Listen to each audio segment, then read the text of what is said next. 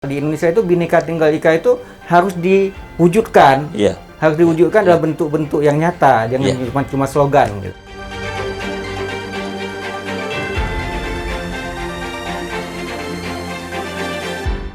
Assalamualaikum warahmatullahi wabarakatuh.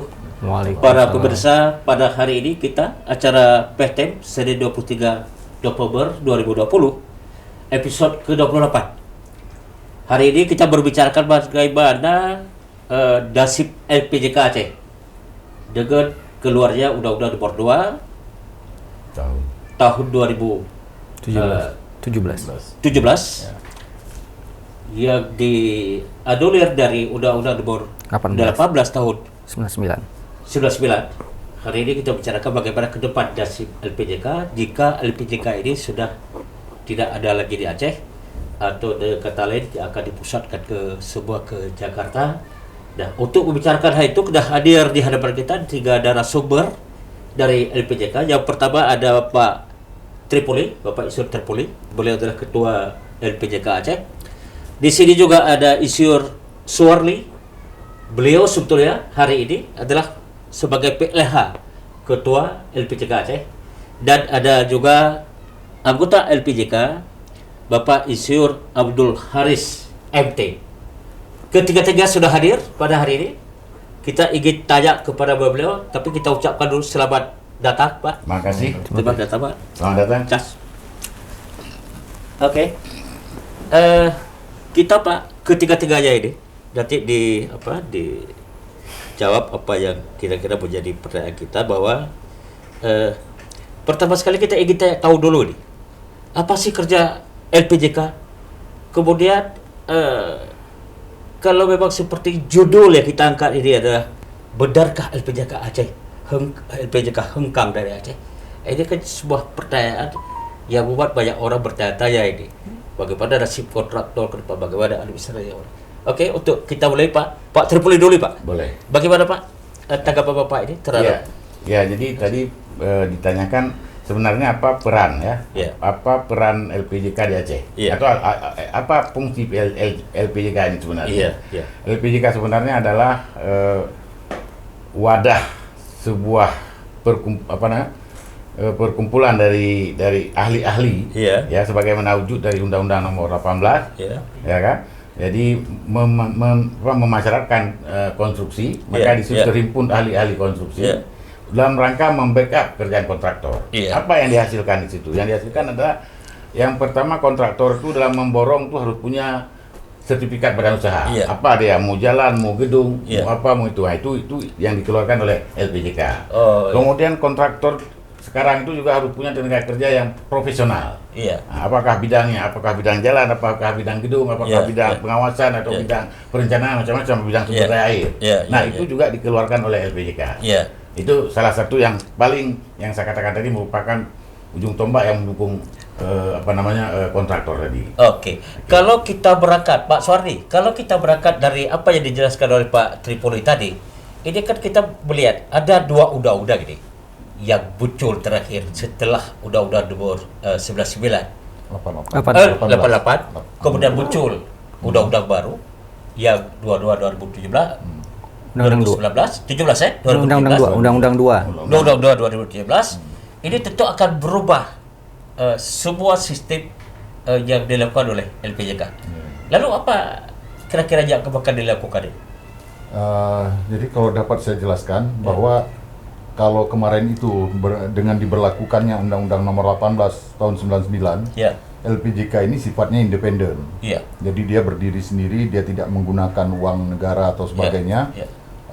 Dia mendapat biaya dari upah sertifikasi itu sendiri, pembiayaan dari sertifikasi untuk mengelola dirinya. Tapi dengan Undang-Undang Nomor 2 ini, saya melihat ini sudah berupa sentralistik. Jadi semua ini ditarik ke pusat dan sudah di bawah Departemen PU.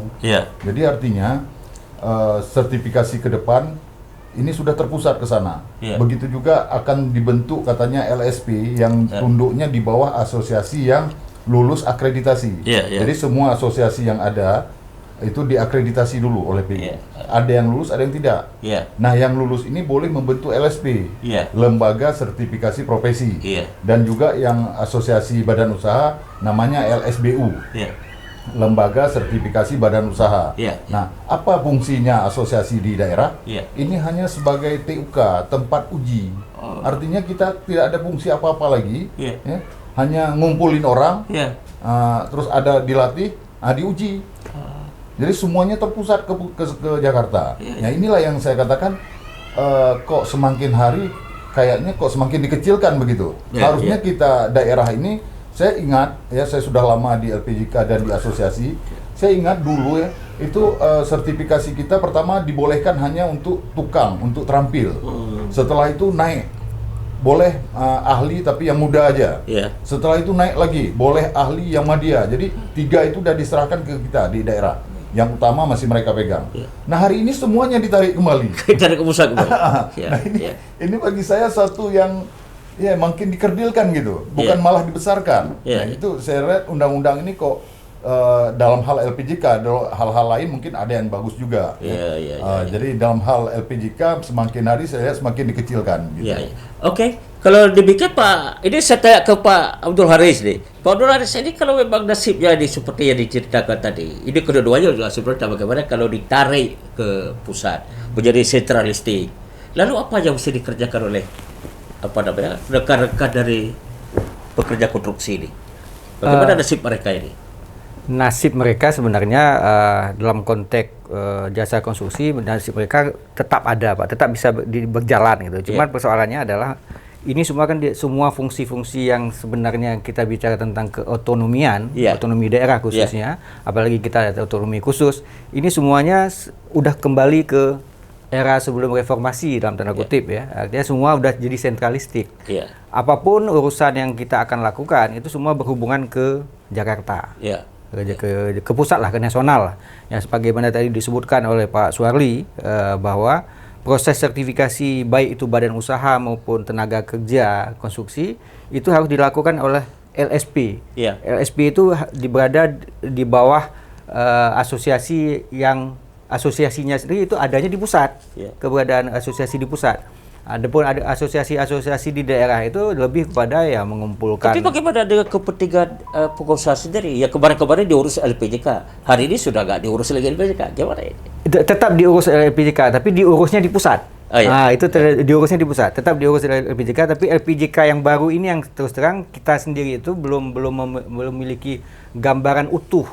Tapi sebagai kalau kita lihat kembali kepada undang-undangnya, kembali kepada PP serta permennya, itu memang arahnya ke sentralisasi. Kalau kita melihatnya ke arah sentralisasi. Dan ada sesuatu langkah mundur menurut kami bahwa harusnya yang selama ini LPJK menjadi mitra pemerintah, ini akhirnya LPJK itu berada di bawah pemerintah. Yang selama ini LPJK itu sudah mandiri, ini hari ini dalam tanda kutip seperti kembali menyusui kepada pemerintah. Artinya kan ini pembiayaan semua lewat pemerintah lagi. Harusnya kan kita mengharapkan lembaga-lembaga yang sudah mandiri harusnya bisa lepas dan lembaga itu menjadi mitra pemerintah, bukan lagi menjadi sub dari pemerintah itu sendiri. Kalau begitu Pak Tripoli, ini kan menjadi sebuah kesulitan ya, akan muncul kesulitan. Artinya kembali segmen kita ke belakang lagi ini. Jadi kan pakai lama ini bukan justru mempermudah usaha di Aceh, artinya bukan mempermudah usaha daerah untuk membantu bagaimana mereka bisa bekerja dan menampung tenaga kerja. Ini kan menjadi semakin sulit, Pak. Ya, persis seperti itu. Karena misalnya nanti ada kontraktor itu, semua kontraktor itu kalau mengurus sertifikasi dan badan usaha atau sertifikasi tenaga kerja itu ke Jakarta. Walaupun nanti mungkin ada perwakilannya, itu perwakilan asosiasi di sini yang di DPD lah. Tapi dia tidak punya kapasitas apa-apa, seperti kata Pak Suarli tadi, di sini tempat uji kompetensi paling kemudian dia mengumpul. Dari ngumpul ini kirim ke sana. Artinya kita juga menunggu nih kapan sampainya, kira-kira begitu. Jadi kesulitan tambah kesulitan ini. Kalau saya kira jadi semakin sulit ini. Semakin sulit. Jadi kalau kita mengacu pada ini, benarkah itu LPJK hengkang? Ya, benar juga memang. Artinya apa? LPJK provinsi itu, semua provinsi itu nggak ada lagi. Yang tinggal semua daerah. Semua daerah. Itu karena kenapa? karena LPJK itu berubah fungsi, bukan lagi yang mensertifikasi, tapi dia adalah sebagai salah satu yang kami baca-baca itu, kami juga tidak detail, yaitu kira-kira dia mensupervisi asosiasi atau asosiasi nanti kalau dia salah dia tegur. Itulah kira-kira fungsi. Oke, Pak Tripoli, saya ingin mengulang ke Pak Suwardi dulu ini. Ini supaya masyarakat tahu, supaya tahu percis ini. Yang selama ini tugasnya apa LPJK? Lalu kalau ini nanti tugas-tugas ini dianulir, artinya dicabut, dibawa pulang ke Jakarta, ke pusat, ini bagaimana untuk menyelesaikan persoalan-persoalan yang tumbuh dari kontraktor? Kita ingin tahu itu tugas, masyarakat juga ingin tahu itu. Itulah sebenarnya LPJK yang versi Undang-Undang Nomor 18 Tahun 99 itu ada 5 tugas pokok. Yang pertama mensertifikasi dan registrasi, kemudian ada pelatihan, ada pendidikan, arbitrase, dan penilai ahli. Nah, itu kita 5 hal itu, hanya satu saya pikir itu secara nasional memang masalah arbitrase itu di mana-mana sepertinya belum berjalan. Tapi kalau yang 4 ini sudah berjalan. Sudah berjalan. Sudah berjalan, malah kita pernah melakukan penelitian masalah penggunaan material di Semelu misalnya. Material bangunan itu bagaimana itu juga dibiayai oleh LPJK waktu itu, dan banyak hal-hal lain. Masalah registrasi itu memang sudah umum kita lakukan, pelatihan, pengembangan segala macam sudah kita lakukan. Nah, hari ini itu tidak ada lagi di Aceh gitu. Nah, bagaimana ke depan itu tidak ada bayangan juga bagi kita gitu. Apakah nanti semua itu dilakukan oleh Balai Jasa Konstruksi yang ada di Aceh, ataupun memang tidak ada lagi. Nah, kalau ini tidak ada berarti kan kemunduran namanya. Nah, gitu. Jadi bukan kemajuan. Makin ke depan makin mundur gitu. Pak Suwardi, ini kita kan ada Undang-Undang Aceh, Undang-Undang Nomor 11 2000. Ini nggak bisa dimanfaatkan bagaimana untuk mempertahankan ini? Atau ada sebuah lembaga baru yang diciptakan oleh pemerintah daerah untuk menyelamatkan apa yang telah dikerjakan oleh LPJK selama ini? Jadi alhamdulillah kita baru-baru ini juga melakukan pertemuan dengan Pak Gubernur, membicarakan masalah pengakhiran ini. Jadi Pak Gubernur juga ya respect sekali lah dengan persoalan Undang-Undang Aceh itu untuk kita terapkan. Tapi persoalannya kan tidak segampang itu, artinya tidak bisa kita mau pakai hari ini terus hari ini jadi, karena SBU dan SK-SKT ini sifatnya nasional. Jangan sampai kita menggunakan undang-undang kita, tapi ini tidak berlaku di Jakarta, tidak berlaku di Medan gitu. Jadi ini saya pikir juga persoalan. Tapi kalau kita punya niat, seperti kata-kata Pak Gubernur, kalau kita memang mau, ya nggak bisa jadi bisa. Pernah ada contoh, kita punya asosiasi namanya Asosiasi Kontraktor Aceh. Dulunya itu sifatnya lokal, tapi setelah kita perjuangkan setelah diperjuangkan menjadi sifatnya nasional dia. Nah, jadi yang tidak bisa jadi bisa kalau menurut Pak Gubernur. Jadi di situ lahir optimisme dari kawan kontraktor. Betul. Ada nggak solusi lain, Pak? Iya, saya pikir apa yang sudah dijawab oleh Pak Suwardi itu memang menjadi celah atau pintu baru untuk kita menuju sesuatu yang menangani persoalan-persoalan yang kita anggap tadi. Undang-Undang 11 itu memberi kita keleluasaan. Dan sebenarnya dalam konteks yang mungkin contoh yang lain misalnya, Pak. Misalnya ini kan ketika kita bicara jasa konstruksi ini nggak lepas dari proses di awal dan sampai proses di akhir. Proses di awalnya itu kita kenal dengan pengadaannya, pengadaan jasa konstruksi. Kita bisa mengambil contoh misalnya seperti Papua. Papua hari ini dalam konteks pengadaannya mereka bisa menerbitkan perpres sendiri berdasarkan kekhususan yang ada di Papua. Saya pikir itu menjadi contoh bagi kita juga. Apalagi tadi juga sebelum Papua juga Aceh sudah pernah merintis adanya asosiasi kontraktor Aceh yang kita kenal dengan AK. Saya pikir ini menjadi peluang. Cuma peluang ini kan akan hanya menjadi peluang ketika kita tidak mencoba mengaplikasikannya atau aktif menggarap ini sehingga muncul suatu produk yang secara nasional diakui, tapi juga dia memuat kemuatan lokal dalam konteks melindungi lokal wisdomnya, karena memang harus kita akui masing-masing daerah kalau kita bicara tentang jasa konstruksi, masing-masing daerah itu memiliki spesifik yang berbeda. Situasi yang Aceh tidak bisa diglobalkan secara nasional. Nah, ini dalam konteks ada kekhususan. Ada kekhususan. Misalnya seperti tadi Pak Suwardi di Aceh sendiri misalnya, kita melihat bagaimana di Semelu materialnya berbeda dengan kondisi-kondisi di daratan seperti ini. Nah, konteks-konteks seperti itu harus ditangani oleh lokal, nggak mungkin ditangani oleh pusat. Nah, dan itu memang saya pikir kita punya peluang menangani itu. Jadi ada sifat lokalistik ya? Iya. Kebijakan lokal itu sesuatu sebagaimana yang kita kenal di Indonesia itu Bhinneka Tunggal Ika itu harus diwujudkan. Harus diwujudkan dalam bentuk-bentuk yang nyata, jangan cuma slogan gitu. Saya pikir itu. Pak Tripoli sebagai ketua ini. Jadi saya menarik saya lihat ini kan. Karena tiba-tiba kok saya tiba-tiba di perubahan. Pernah nggak diajak berkontribusi, diajak rapat ke Jakarta untuk membicarakan menurut daerah? Oh, sering. Sering. Apa dalam rangka secara di rakor nasional sering. Begitu masalah ini juga sering. Artinya kita dari provinsi-provinsi ini tergabung dalam banyak provinsi itu sebenarnya sudah berupaya maju ke judicial review. Yang kita persoalkan ini sangat sentralistik. Ini tidak lagi masyarakat konstruksi. Masyarakat konstruksi sebagaimana roh dari Undang-Undang Nomor 18 itu sudah hilang. Sekarang kan dua roh dia. Satu memasarkan masyarakat konstruksi. Yang kedua desentralisasi. Artinya banyak keputusan-keputusan yang kita bisa buat di daerah. Nah, dengan kondisi gini ini kan terbalik. Kita pernah, tapi ya alhamdulillah masih belum berhasil juga. Banyak, Pak. Oke, Pak Sorli, apa sambutan anggota ini dengan perubahan ini?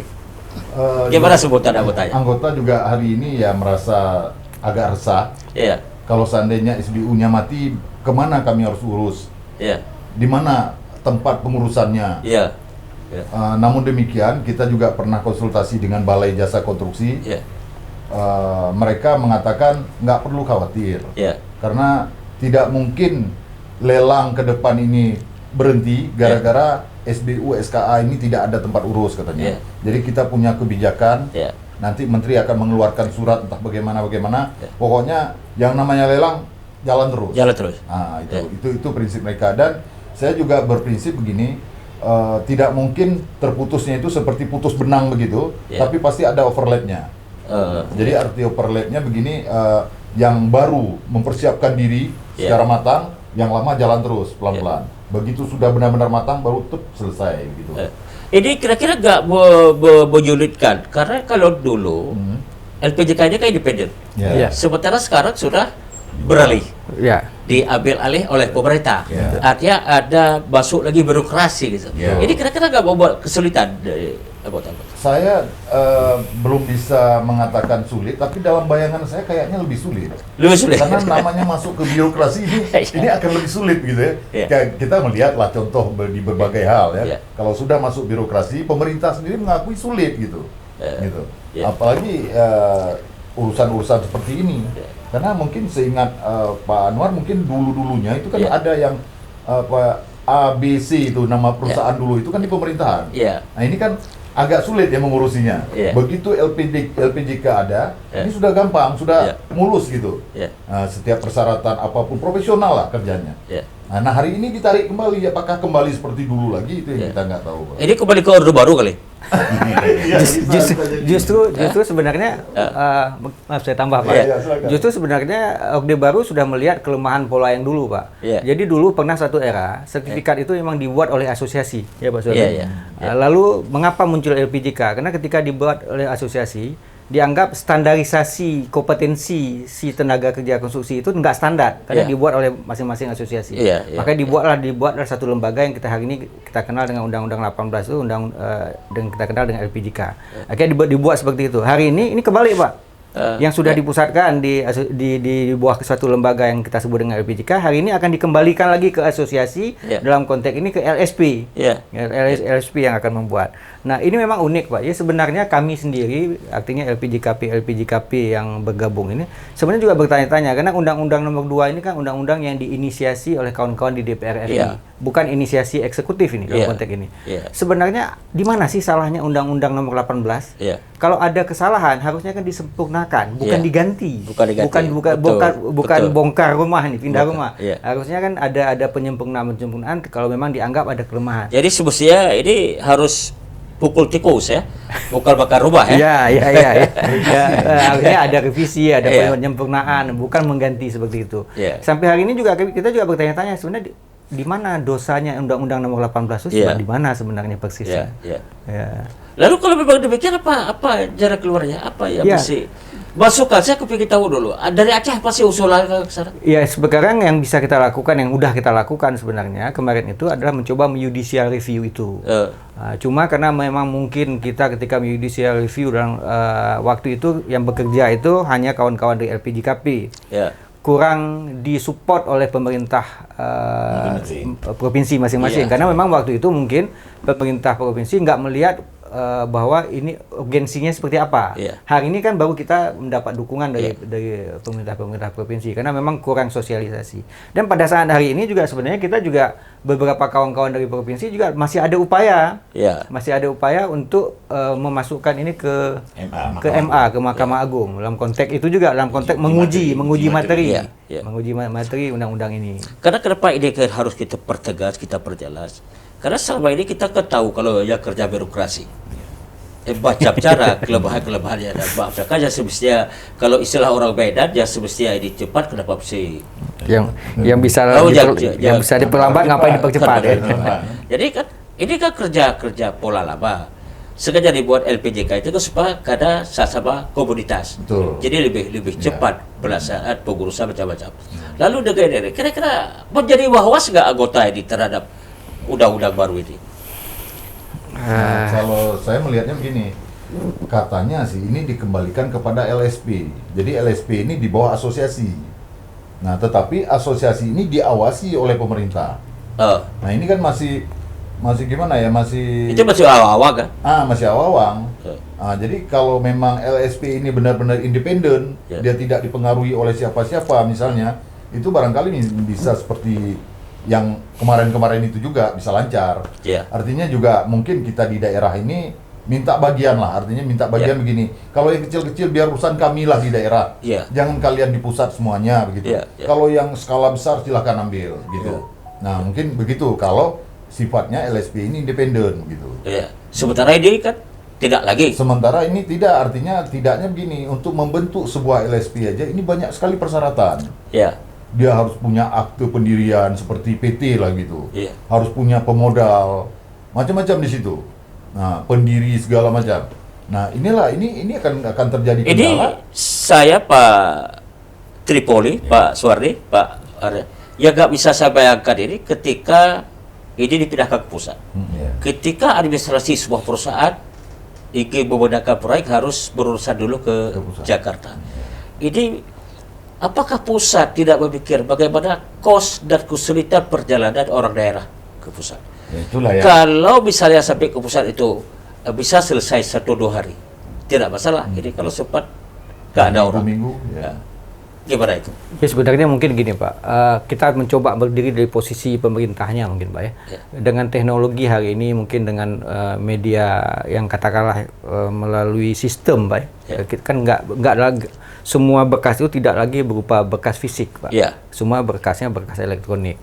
Cuma tetap memang bagi kita itu menjadi suatu persoalan sebenarnya karena seberapa siap sebenarnya baik itu pusat maupun daerah dalam menyongsong kondisi-kondisi seperti ini. Kami ini contoh yang tadi sudah disinggung juga oleh lagi-lagi oleh Pak Suwardi menyinggung itu. Sampai hari ini kami lihat timeline yang pernah kami lihat itu LSP itu di 2021 itu kecil sekali akan terbentuk. Ketika ini tidak terbentuk di 2021 memang undang-undang itu memberi peluang ini diambil alih oleh kementerian, oleh Kementerian PU. Artinya sebelum LSP terbentuk itu Kementerian PU akan membentuk mungkin suatu tim transisi bla bla bla segala macam. Nah, siapa ujung tombak Kementerian PU? Kami sudah juga berdialog dengan kawan-kawan dari salah satunya dari Balai Jakon. Kawan-kawan dari Balai Jakon juga merasa belum cukup siap untuk itu. Makanya ini jadi persoalan jadi dari komunikasi-komunikasi kami seperti ini sebenarnya kami melihat perwakilan kementerian yang ada di daerah dalam hal ini Balai Jakon juga masih agak meraba-raba. Kami juga belum tahu seperti apa. Ya, jadi ini kondisinya memang masih penuh tanda tanya. Di satu sisi kita nggak ingin skeptis, bernegatif thinking. Tapi di sisi lain kita harus melihat fakta-fakta yang ada lah. Bagaimana birokrasi bekerja kan kita nggak bisa menutup mata juga. Nah, ini kondisi ini memang yang harus kita seimbangkan. Dan mudah-mudahan ke depannya pemikiran negatif kita itu bisa teranulir dengan kondisi dengan jadi positif dengan apa yang akan digarap oleh pemerintah dalam hal ini. Para pemirsa, ini baru sesi pertama kita membahas bagaimana LPJK ke depan dengan lahirnya undang-undang baru ini, lalu bagaimana perkembangan, bagaimana pengurusan LPJK. Kita sudah dengar dari berbagai ulasan dari 3 orang narasumber kita hari ini. Namun kita belum tutup, masih satu season. Kita ingin tahu ini sebetulnya apa yang diinginkan oleh orang LPJK daerah ini yang kebetulan hadir di hadapan kita ini, terutama Pak Tripoli. Saya mau tanya Pak, apa sih harapan kepada pemerintah pusat dan gubernur Aceh? Saya kira dengan dasip seperti ini. Saya kira kalau kita berjiwa konstruksi, tentunya kita harus bisa menyelesaikan secepat-cepatnya. Ya, seperti kata Pak Aris tadi, memang bisa dimungkinkan kalau ini dengan sistem digital. Tapi untuk kita ketahui, LPJK ini sudah umur hampir 20 tahun baru sekarang digitalnya. Nah, jadi apakah tahu sudah itu baru ini digital? Artinya kalau dengan sistem digital seperti kata Pak Ari tadi, mungkin kita hari ini kita minta proses sana langsung balik ke sini. Itu bisa dilaksanakan. Mungkin itu yang kita berharap.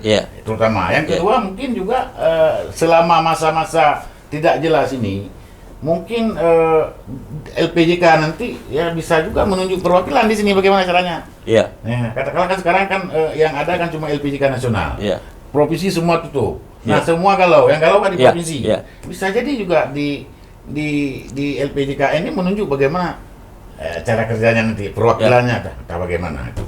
Nah, tentunya kita kaitkan juga dengan apa yang dikatakan Pak Suarli tadi. Kita juga Pak Gubernur juga menghendaki ini ada sesuatu. Kalau ini masa peralihan itu ada sesuatu yang kalian buat sehingga tidak terganggu proses.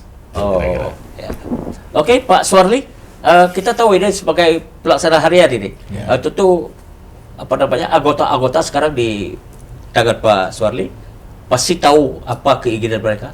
Boleh silakan. Saya pikir kalau keinginan simple aja, ingin yang cepat dan memang berbobot gitu. Jadi artinya kayak proses sertifikasi. Kalau memang harus ke pusat ini kan butuh waktu. Kalau kemarin itu kita di sini, kalau badan usaha kita proses hari ini masuk, kita undang asesor, suruh nilai, setelah nilai langsung oke.